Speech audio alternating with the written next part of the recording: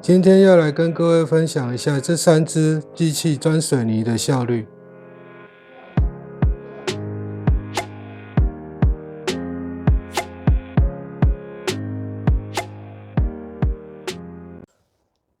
各位朋友大家好，我们今天就为了装一台监视器，所以要在天花板上面钻一个小孔，因为我打算使用那个水泥壁钉，小支的那一种，只需要钻一个 3.2 mm 的小孔。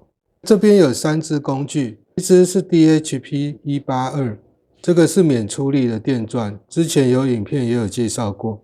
这个是 DHP483， 这个是3用电钻里面呢最轻型的。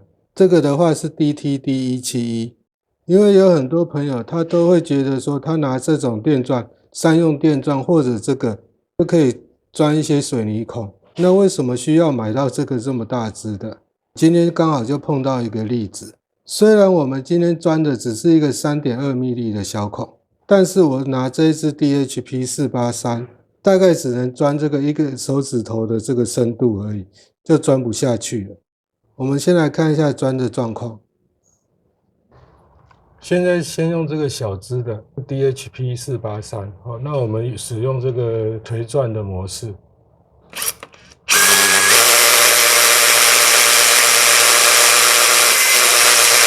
感觉好像钻不进去，碰到一个比较硬的东西，不太确定是实心的水泥还是钢筋之类的，它就是钻不下去。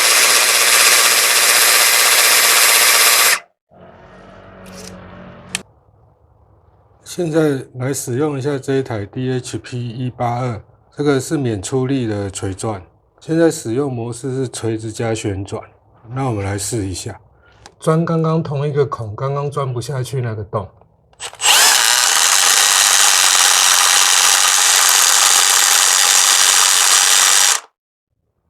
这个应该是钻到那个比较实心的水泥。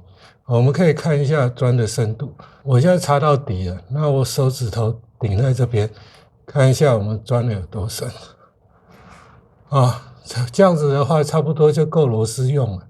刚刚那个 DHP483 大概只能钻这个头部这个大概1个手指头的距离而已。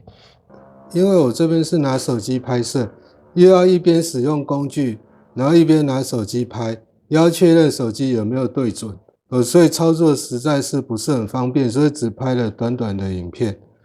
不过我可以把我的感觉告诉给各位。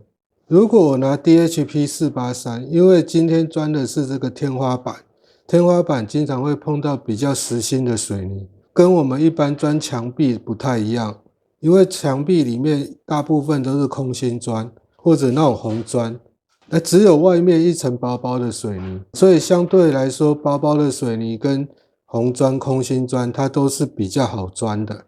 有些朋友就会反映说，我拿这种机器钻的都挺好的，或者这个也能钻。严格说起来，这支的效率 DTD171 效率方面是这3支最差的。这一支呢是3用电钻，毕竟它还有锤子加旋转的模式，所以这一支钻起来会比这一支更好钻一点。今天的状况就是碰到实心的水泥，在天花板经常都会碰到。我拿这一支钻到手指头的宽度，就再也钻不下去了。如果你慢慢磨，搞不好可以磨下去，但是那个孔径也被你磨大了，到时候你锁螺丝的时候就会松垮垮的，就会锁不紧。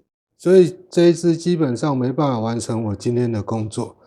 后来我只好拿出这一支出来，一下子就把实心的水泥给钻过去，就可以钻到2只手指头的深度。总结还是一句话，这些机器不是不能拿来钻孔，只是说它的效率非常的差。